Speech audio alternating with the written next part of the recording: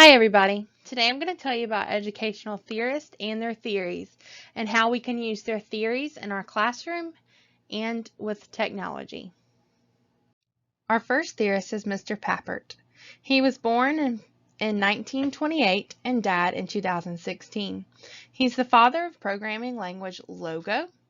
He wanted to make computers accessible to all children, and he thinks that children learn best through tinkering and unstructured activities that are very similar to play and things that interest them. His theory was the constructionism theory. This is, learning is effective when it's embedded in an activity that the learner experiences. He believed that learning happens through making. This is based on Piaget's constructivist theory. For example, in your classroom, have students create their own learning games.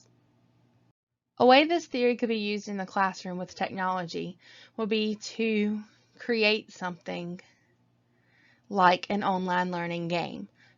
Students could create these and have their classmates play them. One good website that I found was Scratch. It's a free website that allows students to learn how to code. Students learn by putting different codes together to create a final product. Our next theorist is Mr. Skinner. He was born in 1904 and died in 1990. He originally wanted to be a writer. He believes that learning is a process of memorization, so a lot of this drill and practice that we do in school today, such as drilling, multiplication facts, spelling words. Another theory that we have is behaviorism. This believes that learning is considered to be changes in behavior that are responses to events in the environment. So students learn from reinforcement and repetition. For example, teaching students classroom procedures at the beginning of the year is a lot of repetition of things and reinforcing those things as students go throughout the year. One way to use this theory in technology in the classroom is to use technology to keep up with behavior and rewards and consequences. Teachers can use this app called ClassDojo to reinforce positive behavior and positive rewards. ClassDojo also lets teachers input negative behavior, and this shows that a student that a negative behavior also comes with a negative consequence, such as losing maybe their ClassDojo points.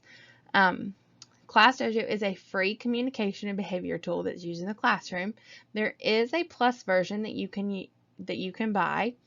Another way to reinforce classroom procedures using technology is to have students play a game, such as a classroom procedures game show, or create something to present to the class. Having students practice is so important. Our last theorist is Benjamin Bloom. He was born in 1931 and died in 1999. He created a taxonomy of educational objectives that classified learning objectives and skills, also known as Bloom's taxonomy. He is one of the most impactful philosophers in education.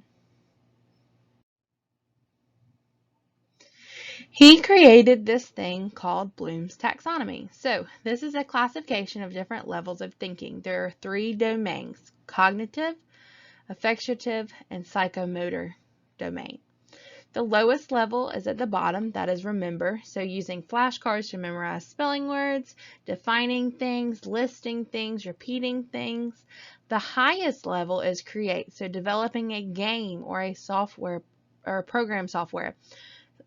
Constructing things, formulating things, writing things, investigating.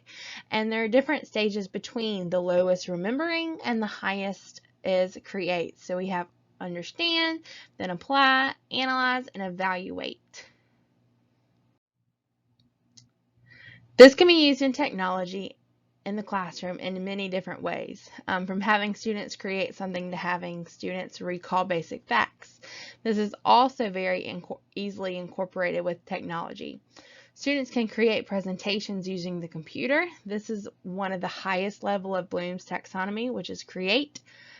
They could also create a podcast together to explain a concept to the rest of the class.